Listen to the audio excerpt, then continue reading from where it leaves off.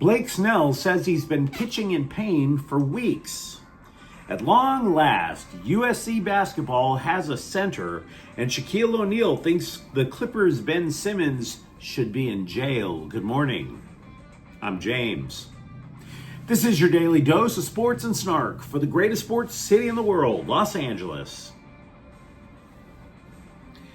This is the faithful Angelenos Morning Report. It is April 8th, 2025. Welp, back in Portland for work, and it sucks. Which is why this channel exists, because talking LA sports keeps me from sticking my head in the microwave and ending it all. But let's put all that talk aside. If you like being in the know about LA, clickety-clack the like button. Clickety-clack the subscribe button. There's a notification bell. Hit that. It'll let you know when we drop new content.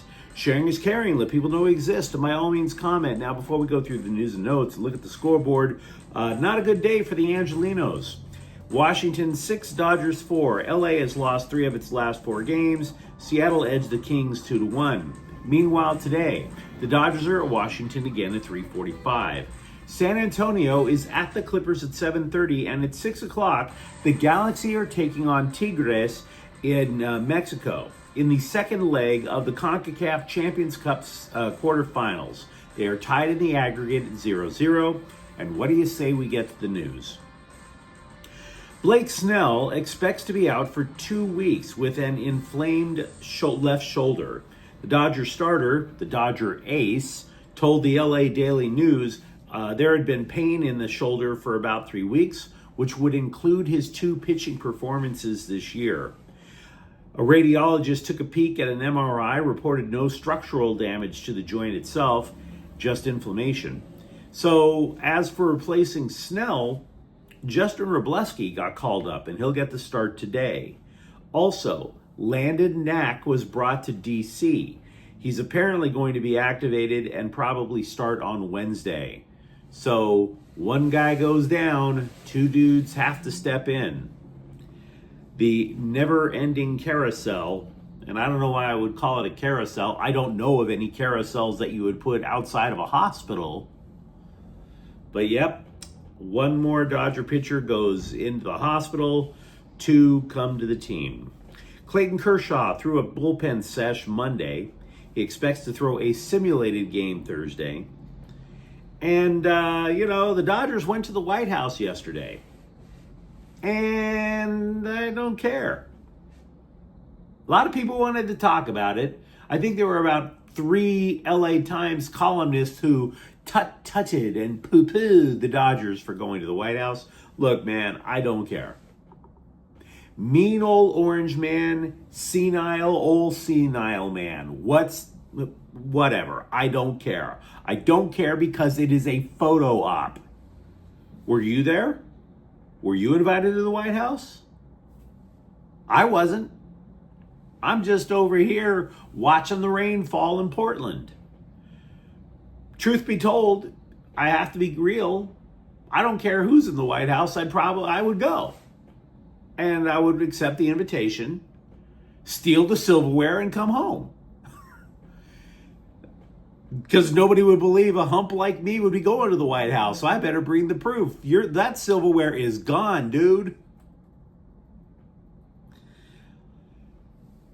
Over the course of the weekend, USC coach Eric Musselman has managed to cobble together something that, at least on paper, looks like a basketball team. So that's a step up. Yes, I'm very happy about that. Absolutely a step up from last summer. Because you may recall, Musselman, he got hired away from Arkansas after Andy Enfield left town for SMU in a manner that the Colts left for Baltimore a couple of decades ago. The Colts sneaking away in the dark of night. That's pretty much how Andy Enfield treated USC. So Musselman rented an Airbnb with his homies in a drastic effort to land bodies and just fill out a roster. And everybody signed the same player. Everybody went out and recruited a guy who is 6'6" to 6'9". Like, no difference whatsoever. There were no bigs, so there was not going to be any rebounding. Nobody thought to add a point guard. Everybody took Musselman's need for shooters and took it super literally. Everybody was a wing. Team full of wings. Whoops. So at least now that there's an entire offseason to work with, as opposed to about a month and a half, Musselman and his people, they actually have a plan that seems to be in place, and they can actually coordinate. Musselman added 4 players over the weekend, including a second recruit who can play center in Drew Fielder, formerly of Georgetown. 6'11", 235 pounds. Guy's got 2 years of eligibility left. He started every game for the Hoyas last year. Now, 7 points per game doesn't sound like a hell of a lot as a sophomore, but at least it sounds like something you could work with. About 5.5 rebounds per game. This is your starting center, guys. I mean, earlier in the weekend, they added another newcomer in Jacob Kofi to the post. I don't think he's your starting center now. Fielder, a pedigree for Pete's sakes. But Musselman likes to run 3 guard lineups, which would mean you'd want 2 bigs. So it also goes a little bit on the positionless Golden State Warriors side of running things. So instead of a traditional 2 guard, 2 forward, 1 center, you can imagine 3 guards and 2 bigs, in which case Fielder and Kofi do get on the court at the same time. Having said all that, USC still needs a point guard. They currently have 4 scholarships to offer. Now, you might do the math and say, well, shouldn't the Trojans have just 3 scholarships to offer? No. Jalen Shelley has entered the portal. Dude will be a sophomore next season. He played in 22 games as a freshman, but he only averaged 2 points a game. Now, here's the goofy part. Musselman, when you recall, he brought 2 recruits that were going to go to Arkansas and play for Musselman there. They followed the coach to LA. And now both of them are gone. Lots of change over at USC. But considering they missed the NCAA tournament, you can understand why change is needed. You know, there was Clippers reserve Ben Simmons, minding his own business, counting the hundreds of millions of dollars that he got for doing absolutely nothing in the NBA. And Lakers great Shaquille O'Neal said players such as Simmons are what make pro basketball completely unwatchable. Quote, "A lot of mother effers can't play and they know it. Ben Simmons needs to be effing arrested," unquote. Why? Quote, "For robbing people, man. You can't do that," unquote. You want to tell Shaq he's telling lies? I'm not going to tell Shaq he's telling lies. He ain't telling lies. Ben Simmons is 28 years old, averages 13 points a game. And if you're lucky, he'll show up to the arena in street clothes, and then you can watch him play Minecraft from the end of the Clippers bench. And he's made $250 million in his career. Now, is Ben Simmons the reason for the downfall of the NBA? I wouldn't say so. In my opinion, it's because everybody tries to play ball like the Golden State Warriors. And only the Golden State Warriors, when they were young, could play ball like the Golden State Warriors. Not just because you say we want to play like the Golden State Warriors, you don't have an in-prime Steph Curry. You don't have all those players in their prime just draining 1 3 after another. You have a bunch of bricks shattering the plexiglass. But Ben Simmons doesn't exactly help. Even with the Clippers, I still wonder why they traded for him. Oh, he's going to be this massive difference maker. First thing he does is say, "Oh, I can't play." Part of me wonders if Ben Simmons would make it in jail. He's so soft. Then I remembered he had to play in Philadelphia. Hello. Nothing like a joke that is hack-a-doodle-doo to start your morning. Also with the Lakers, by the way, Anthony Davis should play against his former team in Dallas on Wednesday. He said he feels, quote, no emotions, unquote. Now, I don't know if it's true. I'm just super glad he said it. I kind of want to throw up whenever reporters want to talk about emotions. Why do the scribes insist that we all have to get in our feels? Don't we have wives to nag us into feeling like we're supposed to feel something? Aren't we all, thanks to life, just a little bit dead inside? And you want us all, oh mighty wordsmiths, to get all emo? No. Why? Why can't the Lakers and the Mavericks just get down? To see if Anthony Davis or Luka Doncic can't get their pound of flesh on their former employers. That's the reason you'll watch. Not to see if they're going to be like having a tearful hug at center court. Emotions? I mean, what are we asking Luka Doncic and Anthony Davis to do? To pretend that they're standing at the edge of the Titanic with their arms out? What are we doing? Emotions. At one point, somebody